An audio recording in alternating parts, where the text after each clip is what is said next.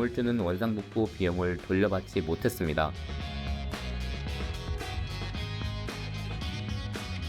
네, 안녕하세요. 패스트5의 김용도입니다. 오늘은 꼬마빌딩 건물주라면 반드시 알아야 할 주제를 가져왔습니다. 바로 임대차 계약서 분쟁 조항입니다. 계약서는 분쟁이 생겼을 때 비로소 그 진가가 드러나는데요. 그런데 막상 분쟁이 터졌을 때 이 조항이 없었구나를 깨닫는 건물주들이 생각보다 훨씬 많습니다. 오늘은 실제 법원 판례와 분쟁 사례를 바탕으로 딱 3가지 조항만 짚어드리겠습니다. 첫 번째는 원상복구 범위입니다. 계약서에 원래대로 돌려놓으세요라고 써놨다가 소송으로 간 사례가 있는데요. 임차인이 나가면서 인테리어를 일부만 철거했고 건물주는 전부 원상복구가 맞다고 주장을 했습니다. 그런데 계약서 어디에도 원상복구의 구체적 범위가 적혀있지 않았습니다. 서울중앙지방법원은 이런 사건에서 임대차 계약서에 구체적인 특약이 없는 한 통상적인 손모는 임대인이 책임져야 한다는 입장을 명확히 했습니다. 결과적으로 건물주는 원상복구 비용을 돌려받지 못했습니다. 그러면 어떻게 써야 할까요?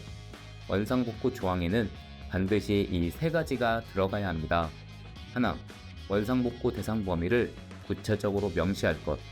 예를 들어 임차인이 시공한 인테리어 전체, 간판, 배관 변경 공사 포함이라고 직접 적는 겁니다. 두 번째, 입주 전 현황을 사진과 체크리스트로 기록해서 계약서에 첨부를 해야 합니다. 세 번째, 원상복구 미이행 시 건물주가 직접 공사하고 비용을 청구할 수 있다는 조항을 명시하는 것입니다. 이 3줄이 없으면 퇴거할 때 수천만 원짜리 싸움이 됩니다. 두 번째는 업종 제한 조항입니다. 이건 건물주들이 정말 모르고 있다가 뒤통수를 맞는 케이스인데요. 하나의 상황을 설명드리겠습니다. 1층에 카페가 들어와 있었습니다. 2년 계약을 하면서 업종 제한 조항은 따로 쓰지 않았는데요. 계약갱신 시점에 임차인이 업종을 바꿉니다. 카페에서 PC방으로. 건물주 입장에서는 당연히 말이 안 된다고 생각하죠. 그런데 계약서에 카페로만 사용한다는 업종 제한 조항이 없었습니다. 결국 건물주는 임차인의 업종 변경을 막을 법적 근거가 없었습니다. 상가건물 임대차 보호법은 임차인 보호를 원칙으로 하기 때문에 계약서에 명시하지 않은 제한은 건물주가 일방적으로 주장하기 어렵습니다. 업종 제한 조항은 이렇게 쓰시면 됩니다.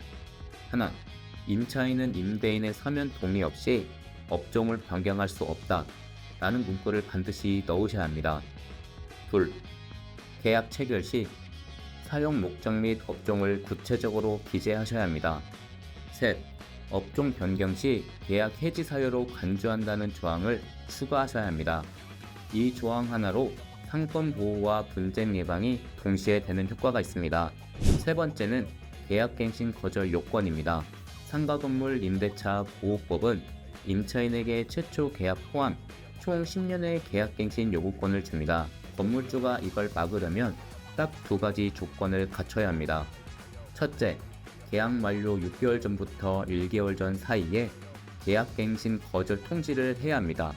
둘째, 법이 정한 갱신 거절 사유, 3개월 이상 임대료 연체와 무단 전대 등 이 중에 하나에 해당이 되어야 합니다. 그런데 실제로 건물주들이 이 기간을 놓치는 경우가 너무 많습니다. 이 기간에 통지하지 않으면 임대차법 조항에 따라 전과 동일한 조건으로 1년이 자동 연장됩니다.